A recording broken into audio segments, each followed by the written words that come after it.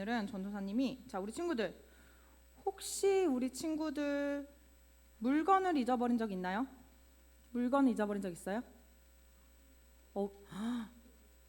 우리 집에 엄청 물건을 잘 잊어버리는 사람이 있거든요. 맨날 장난감 가지고 놀다가 어디 놔둔지 모르고 맨날 전도사님한테 와서 엄마 나 이거 좀 찾아줘. 엄마 나 이거 어디 있는지 모르겠어.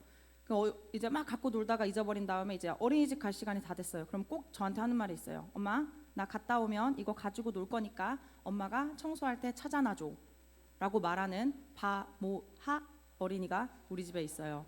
지금 되게 자랑스럽게 저는 안 잊어버려요 라고 했지만 제일 많이 물건을 잊어버려요. 네, 우리 친구들 정말 아끼는 물건 혹시 잊어버린 적 있어요? 한 번도 없어. 우리 친구들 지금 한 번도 없어요? 와 대단하다. 전사님은 가운이 있는 것 같은데 갸우뚱? 있어요? 진짜 아끼는 물건 잊어버려 본 적 있어요? 전사님도 어제 계속 생각했어요. 내가 진짜 아끼는 물건 뭐 잊어버린 적이 있지? 네, 전사님도 물건을 잘 안 잊어버리는 편이긴 한데 이거 혹시 뭔 줄 알아요? 가온아 이거 뭔 줄 알아? 귀야?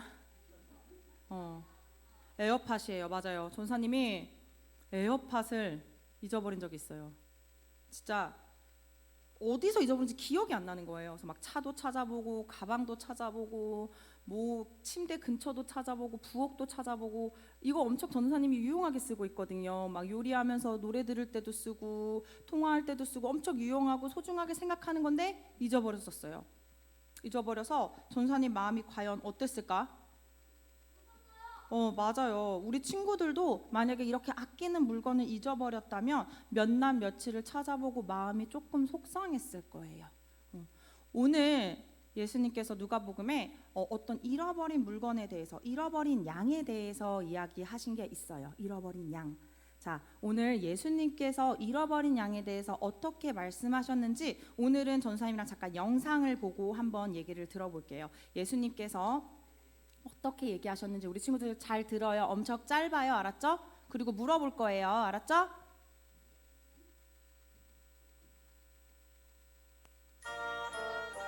핫뚱 바이블.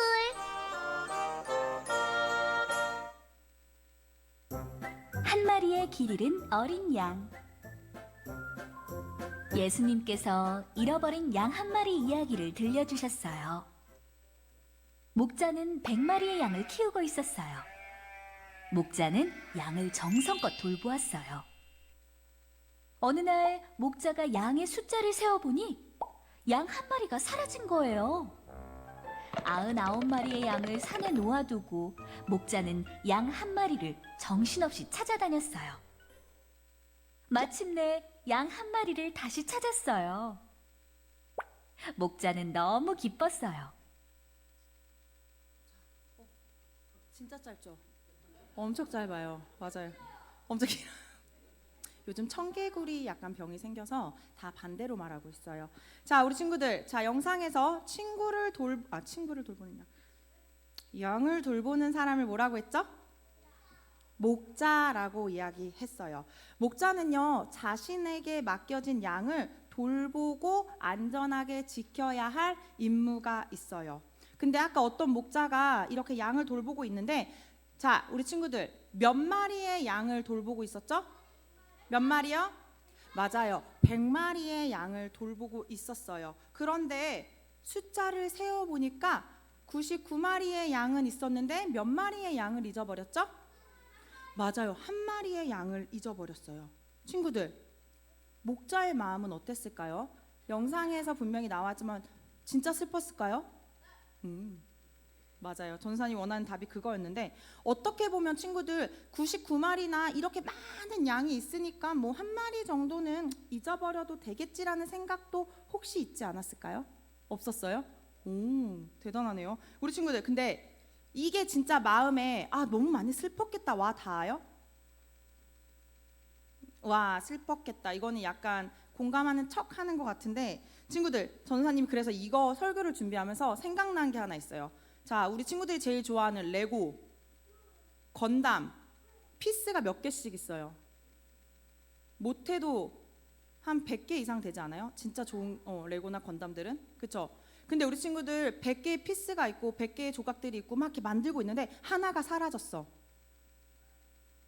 하나가 사라졌어요. 하나가 사라지면 에이 하나 잊어버렸으니까 그냥 대충 만들자 할 수 있어요 우리 친구들?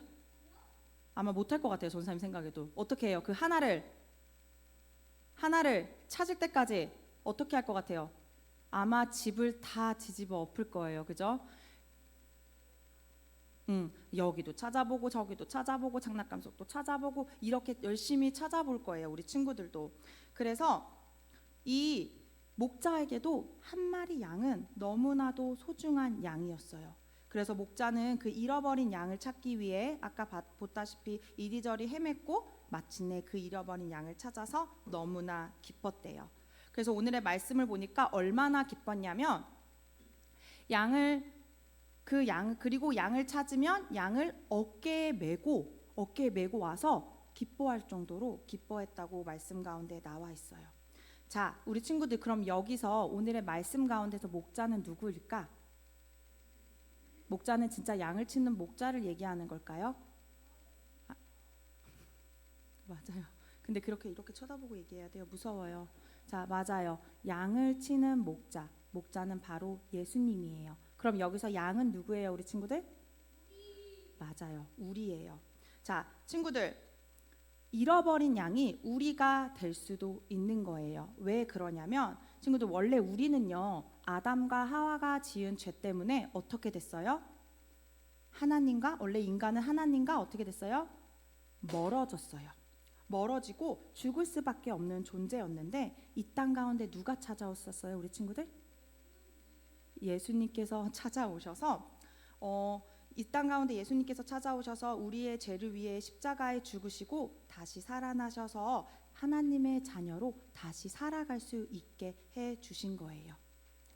예수님은요, 하나님 나라를 잃어버린 우리를 찾아 이 땅 가운데 오셨어요. 그래서 전도사님은 우리 친구들이 예수님이 나를 위해 이 땅에 오시고 우리 한 영혼 한 영혼을 찾으셨다는 것을 꼭 기억하셨으면 좋겠어요. 예수님께서 혁준이, 혁빈이, 이든이, 주희, 주아, 가온이를, 윤서를 찾아서 이 땅 가운데 오신 거예요. 그리고 다시 우리를 하나님의 자녀로 삼아 주신 거예요. 친구들, 예수님이 누구를 위해 이 땅 가운데 오셨다고요? 누구를 찾아오셨다고요? 자, 맞아요. 우리를 찾아서 우리를 구원하시기 위해 이 땅 가운데 오신 예수님을 잊지 않고 살아가는 우리 친구들이 되었으면 좋겠습니다. 그렇게 할 수 있는 친구들은 아멘. 예, 우리 아동버린이들이 아주 예배 열심히 드리고 특별히 또 엄마의 설교에 엄청난 리액션으로 반응하는 아들이 있어서 좋으시겠어요? 자, 우리가 예수님은 누구신가? 우리 지난주에 이어서 예수님은 선한 목자로 오신 예수님에 대해서 말씀을 전하도록 하겠습니다. 예수님이 자기를 뭐라고 선언하셨습니까? 나는 선한 목자라. 그 선한 목자라. I am the good shepherd. 나는 그 선한 목자다. 그냥 목자가 아니라 그 선한 목자다. 오늘 전사님이 뭐 영상도 보여주시고 말씀도 하셨는데 어느 날 저녁에 목자가 양들을 이렇게 우리에 몰아넣고 숫자를 세는데 한 마리가 부족한 거예요. 누가복음 15장 말씀처럼 양이 100마리나 되는 큰 부자였는데 한 마리가 부족한 거죠. 우리 생각에 아이고 밤이 늦었으니 뭐 내일 찾자 이럴 수도 있고 또 아유 뭐 100마리나 되는데 뭐 한 마리 잊어버린 것쯤이야. 아직 나에게는 99마리의 양이 있다 이렇게 말할 수도 있고 또 만약에 자기 양이 아니라면 뭐 주인이 알기 전에 문제가 되기 전에 내일 시장 가서 한 마리 사서 채워 넣어야겠다 이렇게 생각할 수도 있겠습니다. 그런데 오늘 본문에 보면 목자는 그 우리의 99마리의 양을 이렇게 넣어놓고 다른 목자에게 양을 부탁하고 양 한 마리를 찾아서 밤늦게 우리를 나서는 것입니다. 왜냐하면 지금 이런 양은 촌각을 다투는 위험에 직면해 있기 때문에 그렇습니다. 양은 시각이 굉장히 좋지 않습니다. 눈이 어둡고요. 또 뿔을 가지고서 맞설 수도 없고 빠른 발을 가지고 도망갈 수도 없습니다. 그래서 늑대나 이리 이런 맹수들이 오면 그대로 잡혀 먹어야 되는 것입니다. 눈이 나쁘니까 또 이렇게 낭떠러지 같은 데로 쉽게 빠질 수 있습니다. 근데 또 양이 고집이 세서 우리처럼 눈도 나쁘고 뭐 실력도 없는데 또 목자를 또 잘 안 따라다녀요. 그래서 성경에 보면 우리는 다 양 같아서 그릇 행하여 각기 제 갈 길로 갔거늘, 양이 그렇다는 거죠. 그래서 목자가 양을 인도하지 않으면 양은 절벽에서 떨어져 죽거나 굶어 죽거나 맹수들에게 물려 죽는 것이죠. 그래서 목자는 이날 밤 안에 이 양을 찾아야지 이 양은 안전한 것입니다. 선한 목자의 비유에서 양의 우리는 지금 이렇게 보면 목자의 인도로 우리를 통과하는 양들이 있죠. 목자가 이렇게 한 마리씩 셉니다. 그 다음 그림을 보시면 그 한 마리를 찾았어요. 어디 비탈길에서 오도 가도 못하고 있는데 목자가 그 양을 어깨에 둘러매고 기쁨으로 늦은 밤에 돌아오는 것입니다. 선한 목자의 비유에서 양의 우리는 하나님 나라 천국을 의미한다고 했습니다. 또 이 땅의 교회를 의미한다고 했습니다. 양은 예수님 시대에는 이스라엘이었습니다. 그리고 지금은 성도들, 하나님의 백성들입니다. 하나님 나라의 백성들.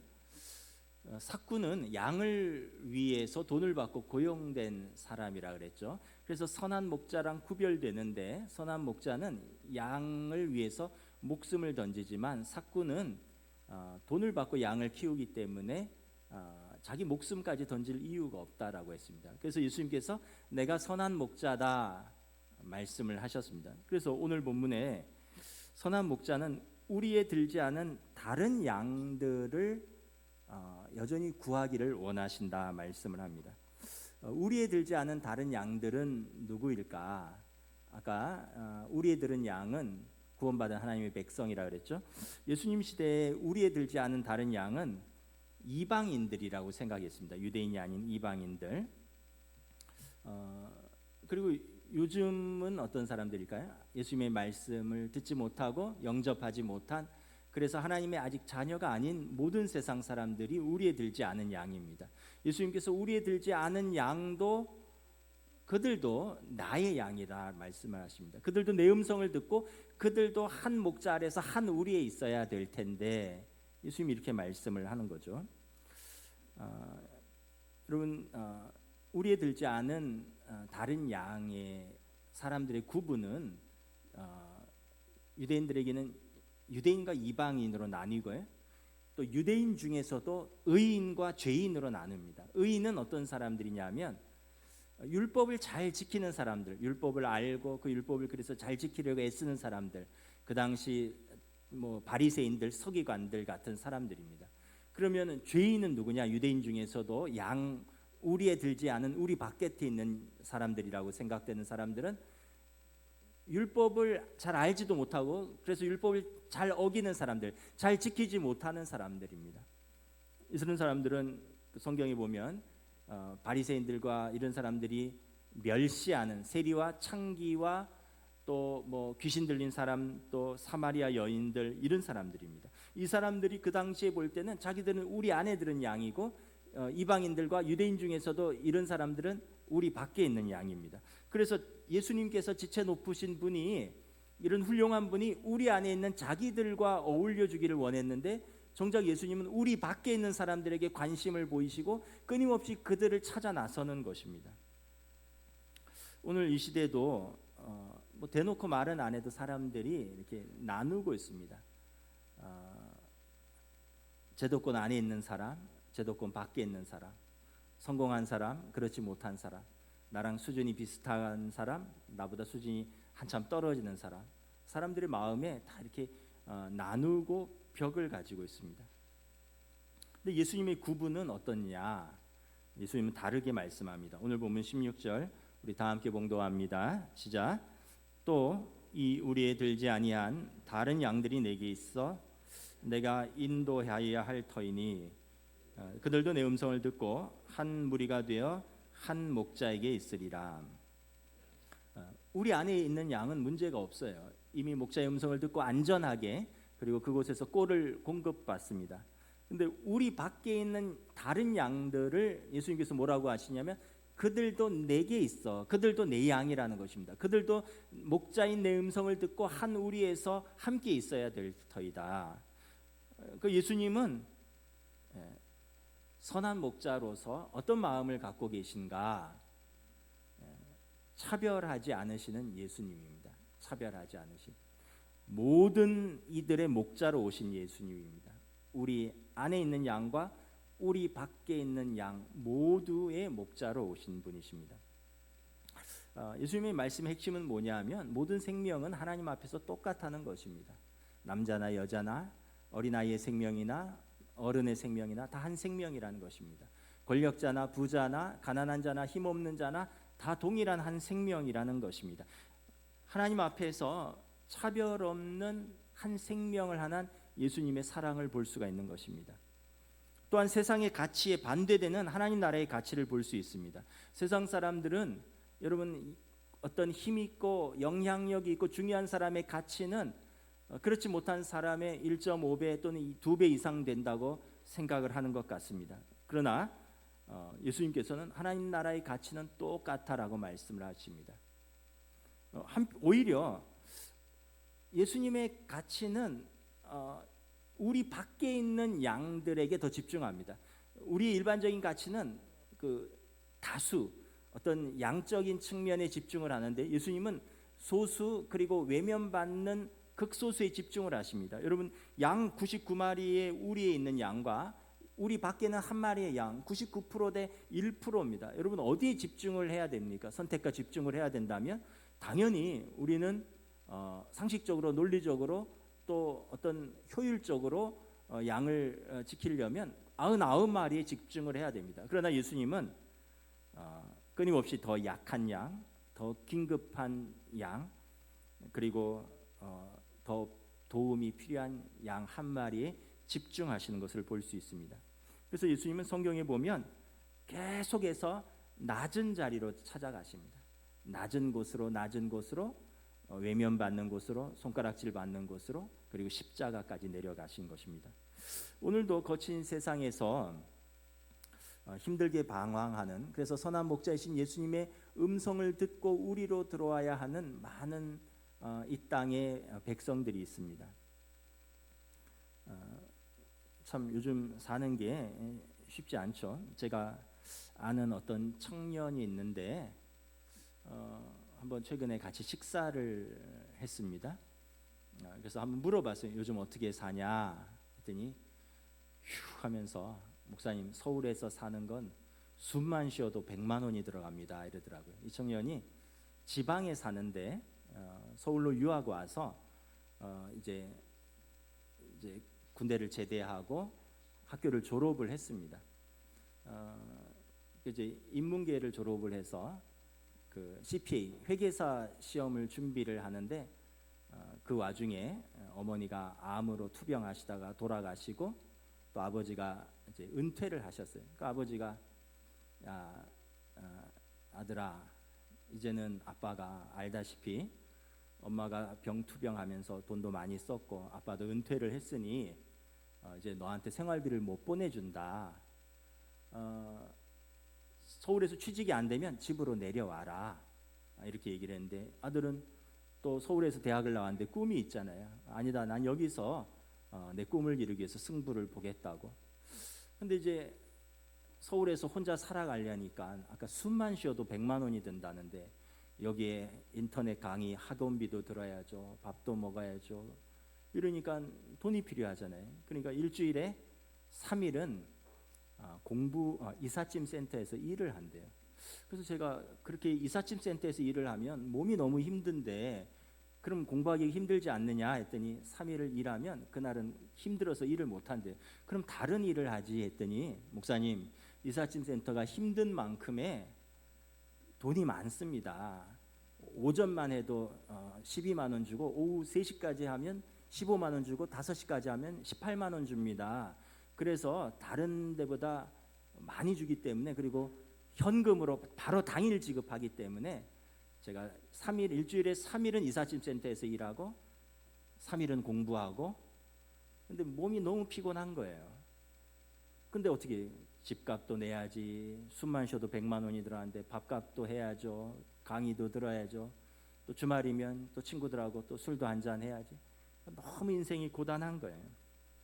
그러다 보면 금방 한 주가 지나가고 금방 한 달이 지나가고 시험 때가 다가왔는데 1차는 패스를 했는데 2차에서 번번이 떨어지는 거예요.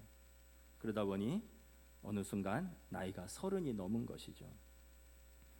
이런 얘기를 하더라고요. 목사님, 그래서 연애가 사치고 결혼은 꿈도 꾸지 못한다는 말이 저희에게 현실입니다. 이런 이야기를 하더라고요. 그러면서 목사님, 교회는 안 나가지만 저를 위해서 기도해 주세요. 이러더라고요. 이 시대 청년들이 짊어진 짐이 크고 고단한 삶을 살고 있는 것 같습니다. 제가 그걸 보면서 참 우리가 감사해야 할 조건을 찾으면 너무 많다.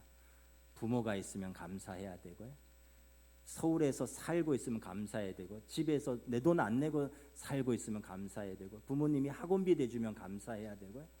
우리가 눈을 이렇게 들어서 보면 감사할 일들이 너무 많은데, 우리 주변에 힘든 사람들이 너무 많은데 우리는 내 것만 바라보고 감사하지 못하고 원망하고 불평하고 그러지는 않은가, 이런 생각을 다시 한번 해봤어요.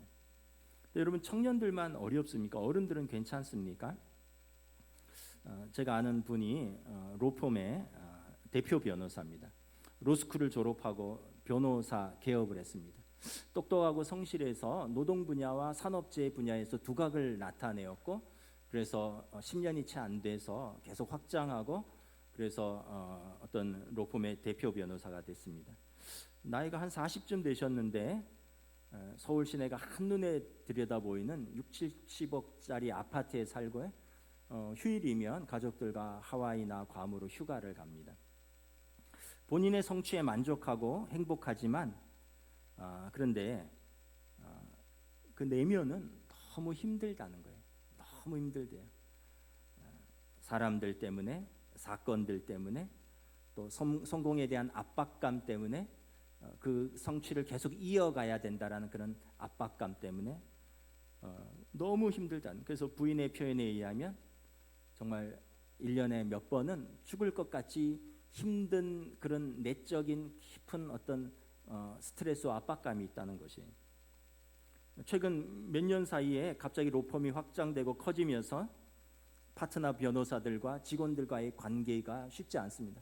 다 똑똑한 사람들이고, 그래서 일을 배워서 이제 좀 같이 일할 만하면 다른 로펌에서 싹 빼가거나, 아니면 자기가 독립해서 그 노하우를 가지고 그냥 독립해 버리고, 그럼 다시 사람을 키워야 되고, 또 산재 전문 변호사다 보니까 산업 현장에서 사망하신 분들, 중상해를 입으신 분들의 현장 점검을 다녀야 되고, 돌아가신 분들 사진을 봐야 되고, 중상해를 입으신 분들을 직접 만나서 그분들의 이야기를 들어야 되고, 돌아가신 유가족들의 하소연을 들어야 되고, 그러면서 이런 사연들이 또 그 마음을 힘들게 하는 거예요.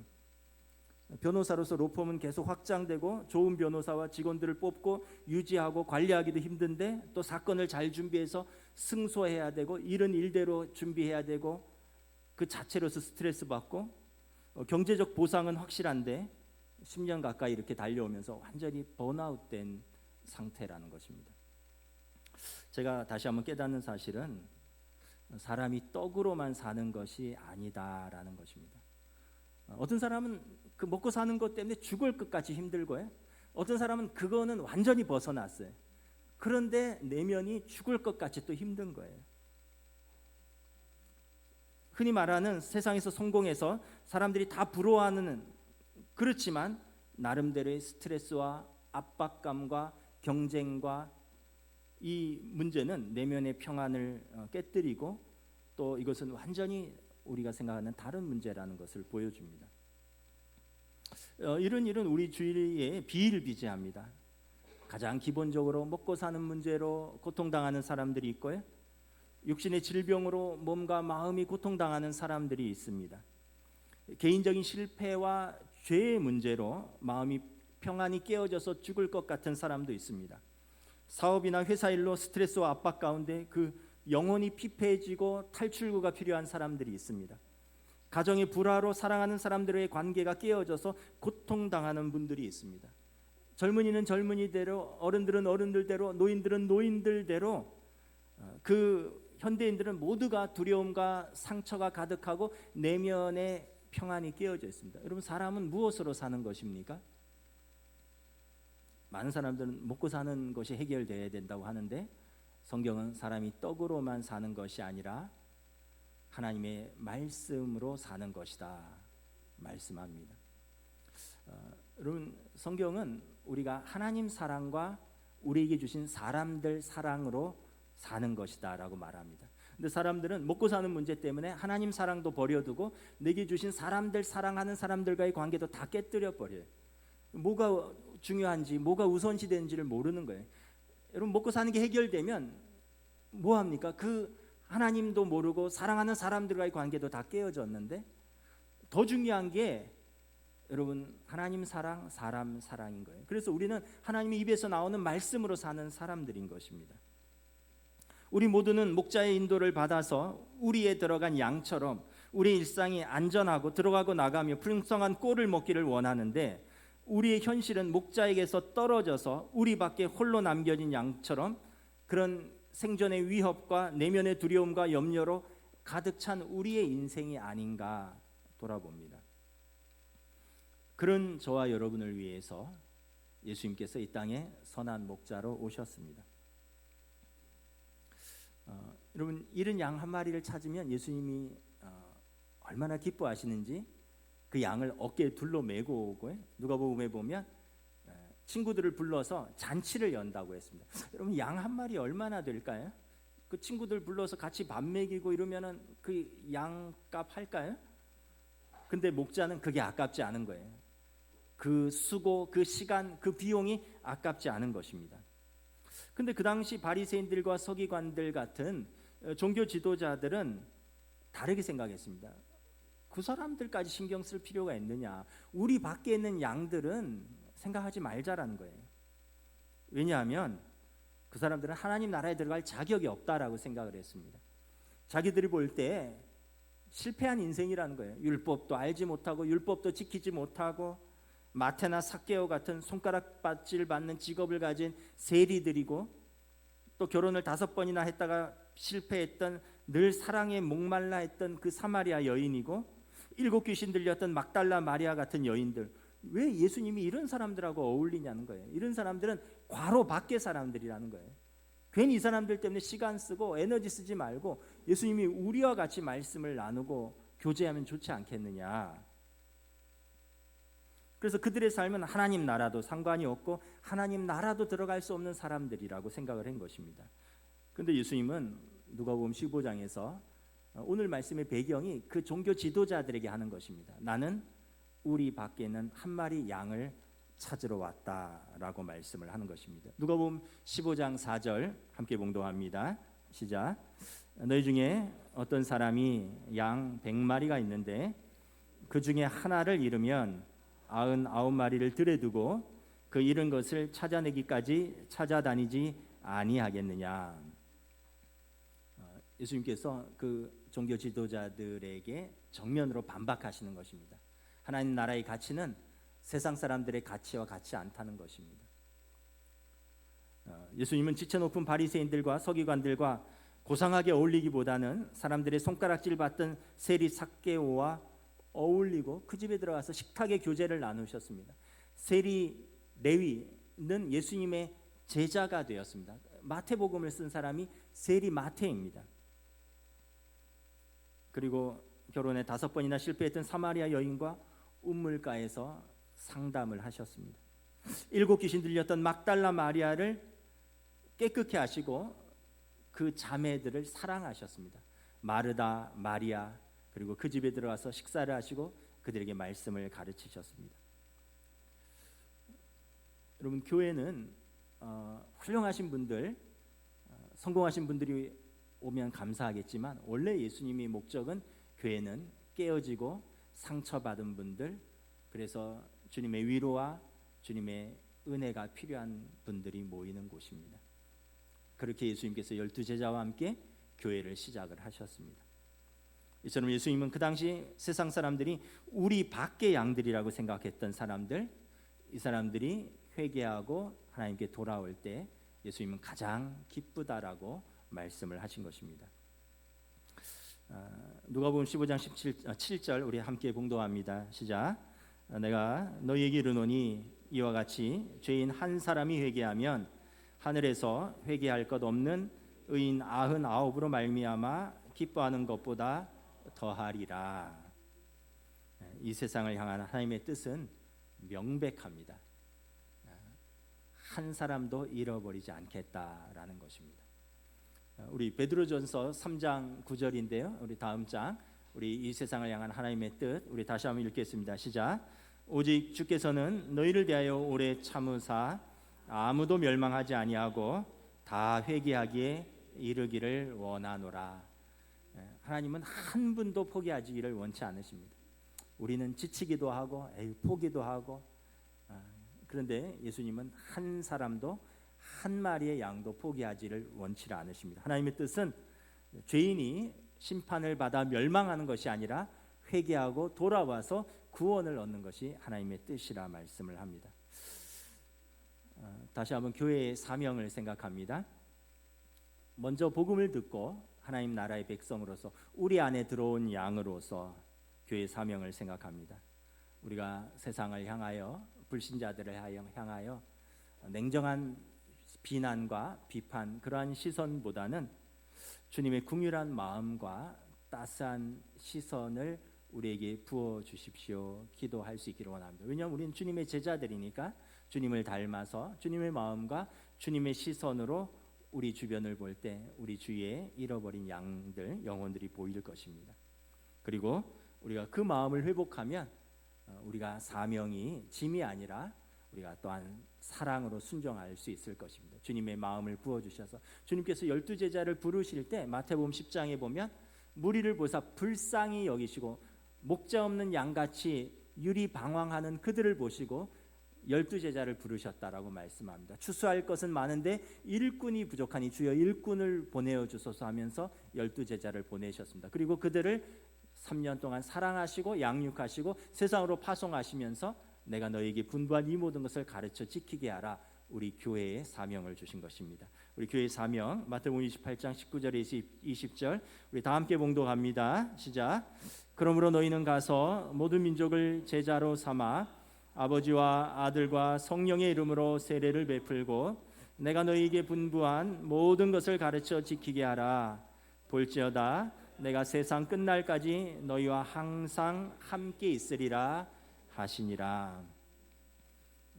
우린 모두 양 같아서 그릇 행하여 각기 제 갈 길로 갔거늘 선하의 목자이신 예수님께서 우리를 위하여 십자가에서 친히 우리의 죄값을 담당하심으로 우리를 살리신 것이 이것이 복음이고, 그리고 이 은혜를 받은 우리가 세상으로 나아가서 우리에게 주신 사람들, 세상을 향하여 이 구원의 메시지를 선포하는 것이 우리 교회의 사명입니다. 찬양하시겠습니다. 우리 선하신 목자 찬양합니다.